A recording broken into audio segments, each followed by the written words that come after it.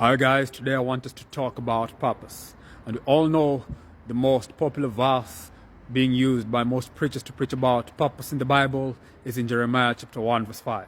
But you're going to read it from verse 4. So Jeremiah chapter 1 verse 4 to 5, it says, "Then the word of the Lord came unto me, saying, Before I formed thee in the belly, I knew thee. And before thou camest forth out of the womb, I sanctified thee, and I ordained thee a prophet unto the nations." Before God creates anything or anyone, he begins with a purpose. This is just a side note. Before you do anything, begin with a purpose. Before God created Jeremiah, before God placed Jeremiah in his mother's womb, he had a purpose for him. And what was that purpose? To be a prophet unto the nations. If Jeremiah had tried to be an accountant or a doctor or a lawyer, he will be living fraudulently, as Pastor Skid puts it. Now, God has created each and every one with a purpose. We don't all have to be priests. We don't all have to be pastors. We don't all have to be prophets. God has a purpose for each and every one of us. Some of us are ordained to be authors, some musicians, some poets, some engineers, some doctors, some lawyers, some architects. We all have various purposes. Some of us are ordained to be entrepreneurs, leaders in government, etc. We all have purpose. Before God created each and every one of us, he began with a purpose. But unfortunately, some of us die without knowing our purpose.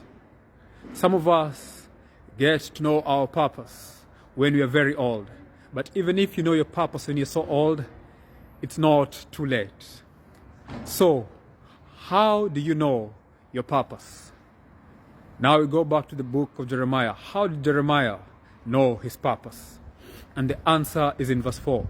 "Then the word of the Lord came unto me, saying." Jeremiah knew his purpose by interacting with God's word. Probably it was God's own voice that came and told him his purpose. As we're living now, we don't have to wait to hear God's voice. We have the entire complete Bible, the Old Testament and the New Testament.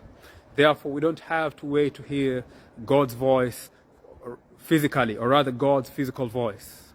We can read the Bible. And if we read and study the Bible, we will be able to know the purpose.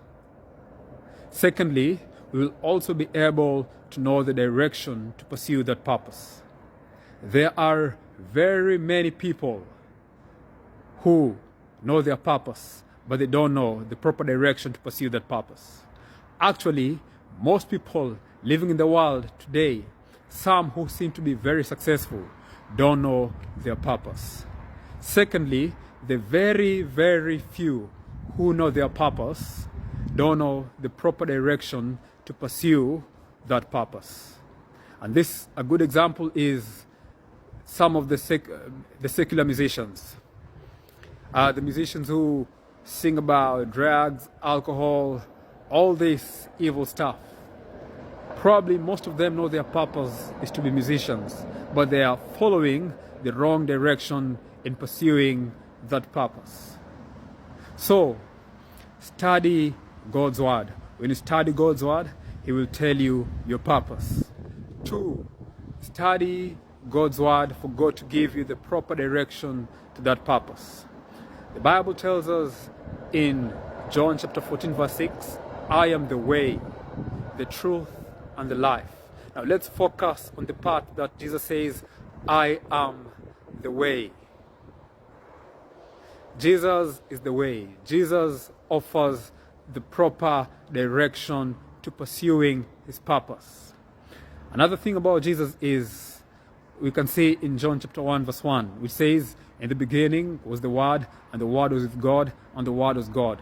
John 1 verse 14, it says, "Then the Word became flesh and dwelt among us." And now we can conclude that the Word being talked about in John chapter 1 verse 1 is Jesus. So, Jesus is the Word, and Jesus is the way.